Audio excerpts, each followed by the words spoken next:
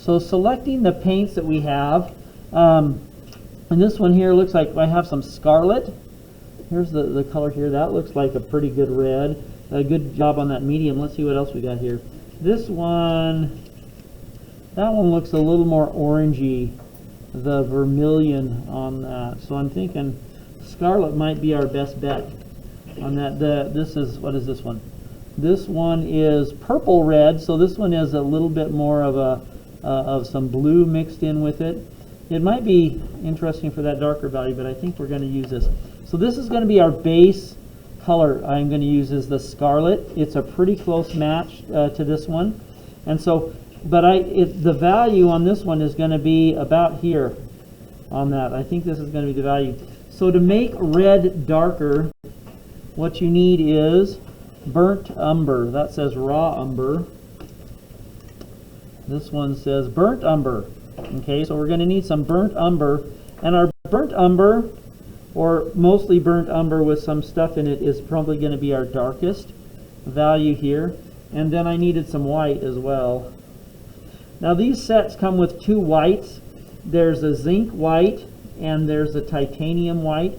I don't really have a preference on them. You're welcome to use both of them. If you run out, I have even more that we can utilize on those. And so I think those are going to be the colors that I'm going to be using. And so as I transition, as I look at this, I only have to mix and get a value over here, and then a mix to get a value over here. These ones will be more straight out of the tube on those. So let's go ahead and do that.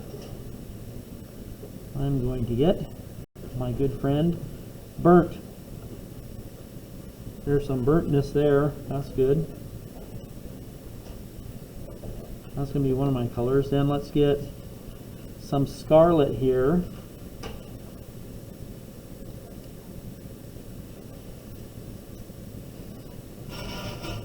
This looks pretty good.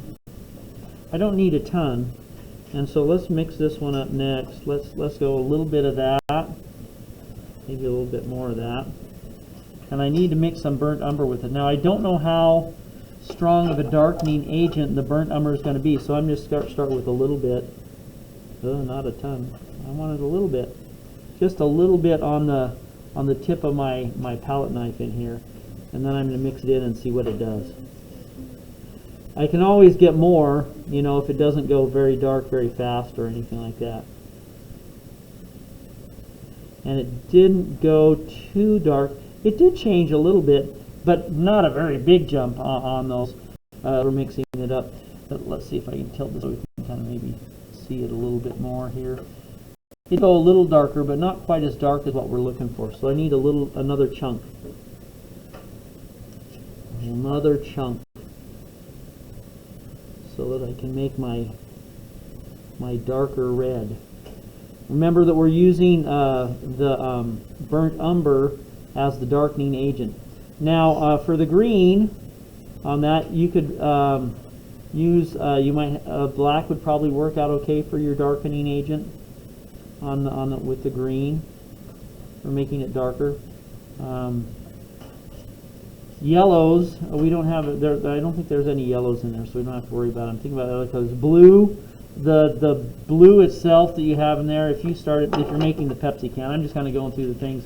If you started with this dark blue right here, ultramarine, it's going to be here the darkest dark right on there, and then you just put white to it.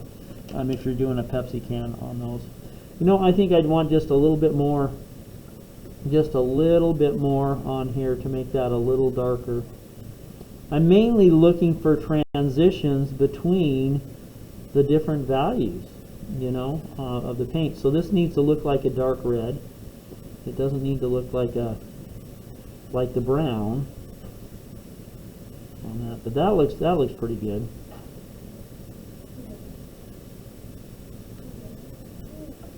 And then my brown, I'm just going to put this over here.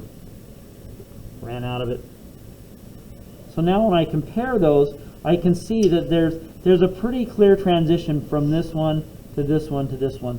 Hopefully you can see that. Let me turn it sideways a little bit here, maybe get some light reflected on it. Oh, no, that's not going to do it. About like that, I think we can see it. The burnt umber, you notice it just blends right in with the other on that one, on into the darkest here, and so that's working out pretty good. Oh, I need a paper towel. Do a little bit of cleanup.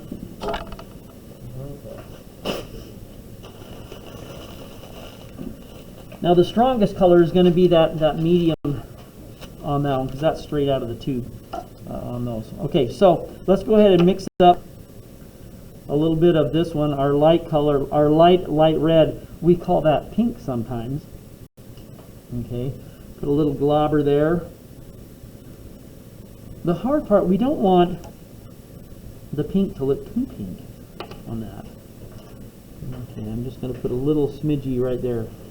Let's see how that mixes up. Let's see how that mixes up.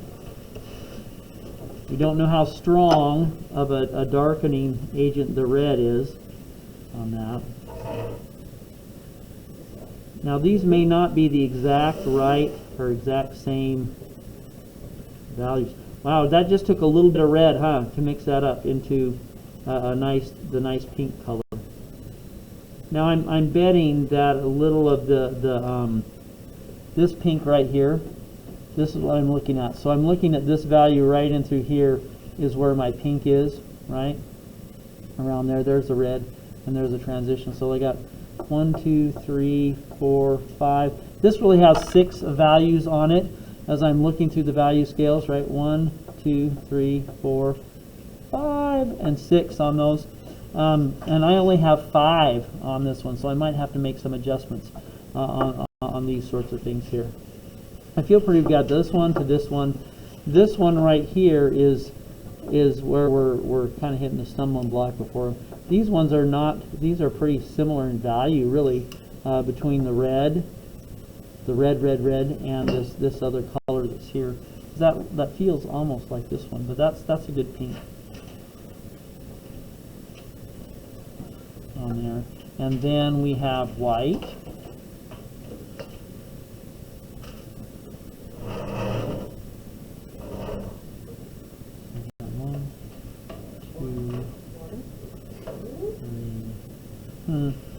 I'm going to squeeze out a little bit of white here, and so there's going to be my white.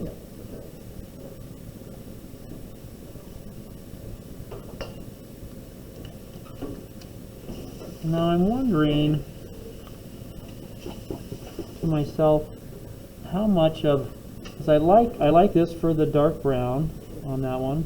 I like this one for this value here. This value right here, I'm wondering if I need to mix up another value, a tweener value between the red, because the red itself I think is this stuff down here, and then there's the pink. I think that this is kind of a transitional sort of a thing with those. 1, 2, 3, 4, 5. 1, 2, that changes colors, and so 1, 2, 3, we'll go 4, 4, 4, 4. Some of these actually change a little bit of color on here. This little part has some purples on it here as well.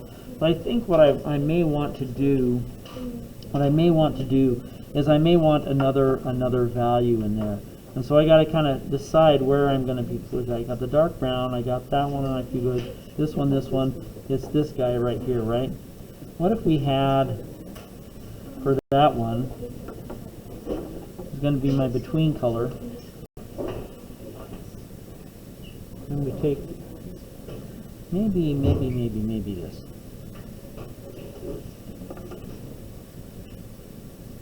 Maybe I'm going to take half of that there, and I'm going to take some of this right here, and I'm just going to mix it in with this one.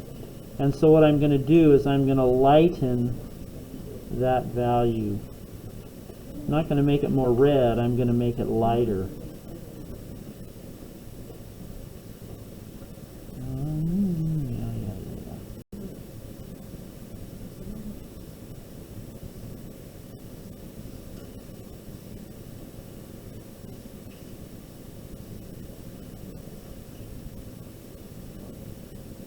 And so this is going to be my transition color. remember that we had it going into where there's six different values.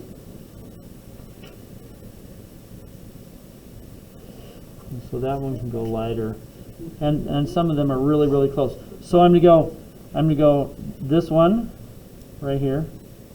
I'm gonna go this one right here. I'm gonna go this one right here. Then we see that red right here, and then there's the little bit of pink, and then there's the white. In this bigger area over here, same sort of a deal. We have our darker brown. We have this sort of a red right here, right? And now this area doesn't have as much of this color in it. Then we can jump to our darker or medium reds on that part. And so these might end up being a very similar color. But this one here, down here, now when we get to this section, dark brown, red brown, intermediate, red, and then light over here. So I think we got it covered in our different areas. And so, and I think that they change the color slightly from here to here to here in our three different sections as we work through. So I have 6 values that I'm going to be working with for this painting as we move forward. And so that was a little bit about mixing our paints.